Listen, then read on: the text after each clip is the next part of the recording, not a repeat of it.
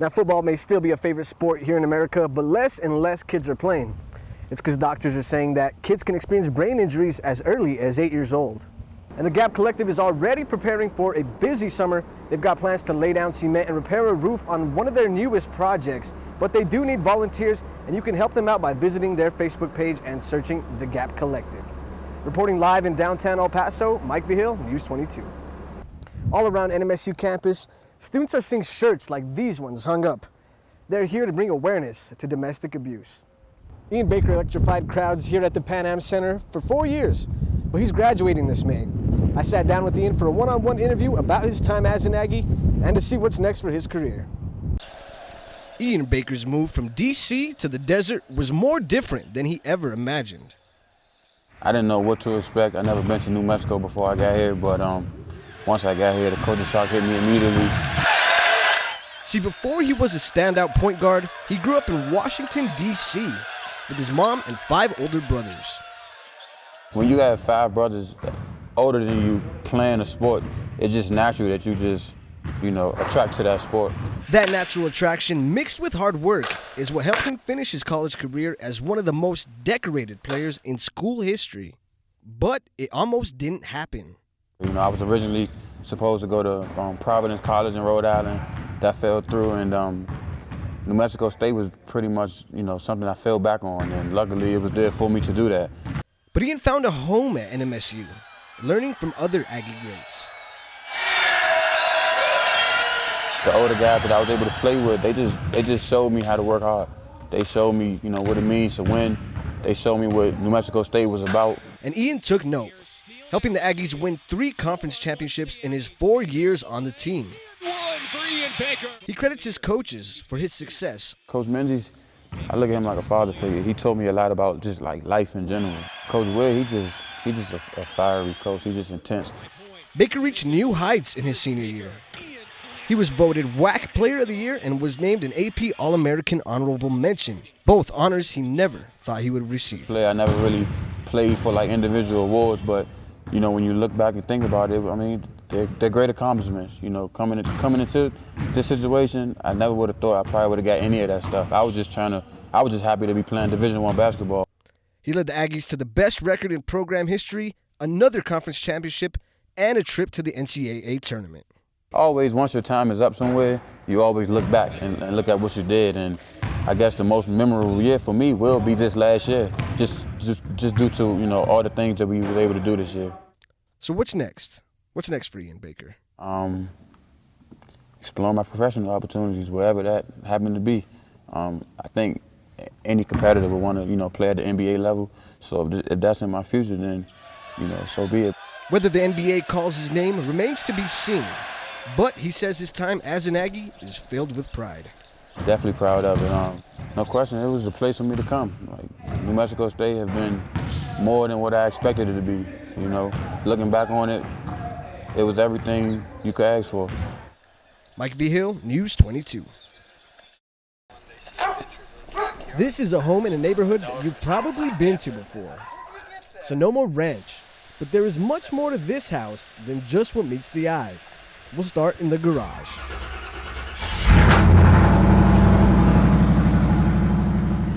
I had a guy just recently put disc brakes on the front. Now, Rex Moncrief did have some help with building this custom pickup truck, but not very much. The creative part, the everyday driving part, the actual fine-tuning and getting everything like I wanted, I did it by myself. Rex didn't need the help because this truck has been in his mind since he was a kid growing up in Carlsbad. He calls it his redneck Cadillac. I worked at Wallace Chevrolet for 21 years, and they had a cowboy conversion pickup that they started doing that had some wood in it and all that.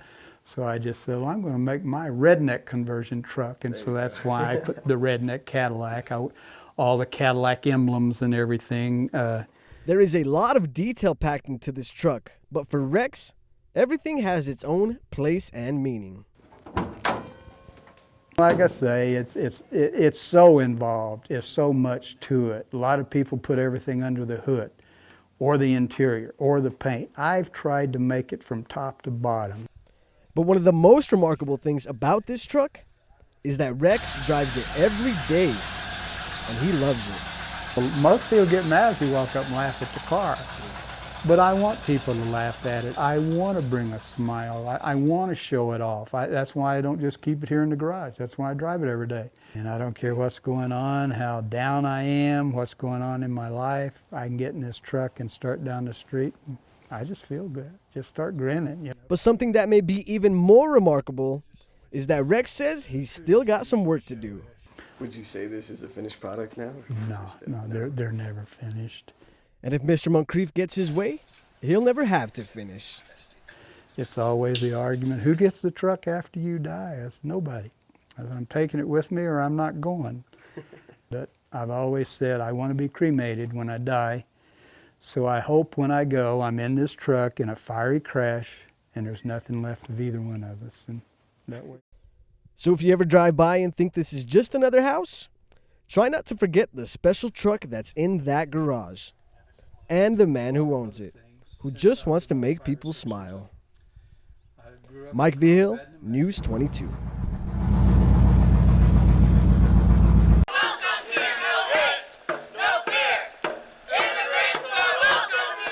It led to an impromptu downtown protest that was organized by CAFE, which is short for Comunidades en Acción y de Fe. I spoke with one of the group's organizers today who said that this may just be the beginning. So we're training people on how to be rapid responders in their community. So we're training people who are directly impacted by immigration policies, broken policies, and how to protect themselves and their families. Melton says that although yesterday's protest was last minute, the turnout brings her hope. Our community has been rallying to the cry to protect the most vulnerable in our community. It's been really inspiring. In the last 2 weeks alone, CAFE has trained over 200 people on how to be good allies and how to respond for the most vulnerable in our community, whom right now we believe are undocumented immigrants. The protest is the latest opposition to President Trump's call for mass deportations. Donald Trump and his administration talk about trying to get the bad people out, the thugs. Who are the thugs that work in the fields, in the green chili fields that we have here? Who does that? It's the people that come from across the border. Being along the border, this area is a hot spot for immigrants, which is exactly why the raids cause so much backlash. We're a majority people of color city, and the fact that raids are happening in the city. I grew up here. I can't even believe my community is doing this to one another. Despite the intense emotions, both Las Cruces PD and CAFE praised each other for keeping the protest peaceful and working well with each other. They helped block traffic and talk to us. They were, honestly, if they responded how they should be held up as an example of how law enforcement should act in protests. They were just incredible. We reached out to Immigration and Customs Enforcement today to see what they had to say about the protest, but they didn't respond. However, they did say that they won't comment on operations until they are completed.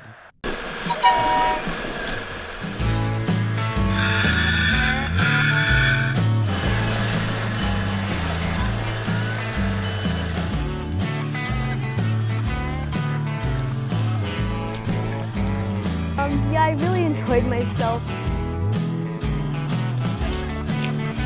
My favorite part of today was probably the bull ride. Oh my God! I love dressing up, seeing the gun shows, doing the different activities. They do love the stagecoach ride. It's a lot of fun. It's a great event that they have here at the Farm and Ranch Museum. Of course, you got the pony rides for kids.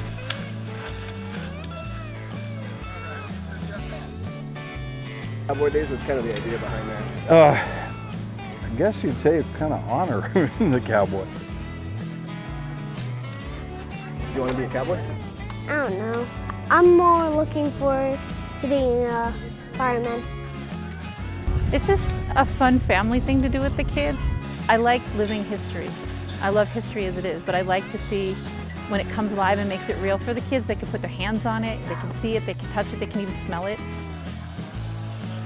The idea was just to bring all the history together and just kind of honor the cowboy and what they did. It was really fun. Yeah, we're definitely coming back.